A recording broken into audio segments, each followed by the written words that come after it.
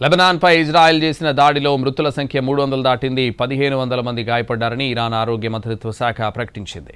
హెజ్బుల్లాను లక్ష్యంగా ఇజ్రాయెల్ సైన్యం బీరూట్, సైడా, టైర్ నగరాల్లో ఏకకాలంలో 10 నిమిషాల వ్యవధిలోనే 100కు పైగా దాడులు చేసింది. ఇజ్రాయెల్ దాడులతో కాల్పుల విరమణ ఒప్పందానికి తూట్లు పొడిచినట్లయిందని ఇరాన్ ఆరోపించింది. ఇరాన్ ఆరోపణల నేపథ్యంలో లెబనాన్తో ప్రత్యక్ష చర్చలు ప్రారంభించాలని ఇజ్రాయెల్ ప్రధాని బెంజమిన్ నెతన్యాహు తన మంత్రివర్గాన్ని ఆదేశించారు. మరోవైపు లెబనాన్లో యుద్ధ విరమణ లేదని, హెజ్బుల్లాపై దాడులు కొనసాగిస్తామని నెతన్యాహు స్పష్టం చేశారు. ఉత్తర లెబనాన్ వాసులకు ఓ సందేశం పంపిన నెతన్యాహు మీ భద్రతను పునరుద్ధరించడమే లక్ష్యమన్నారు. అంతవరకు ఆ ప్రాంతంలో హెజ్బుల్లాపై దాడులు ఆపేది లేదన్నారు.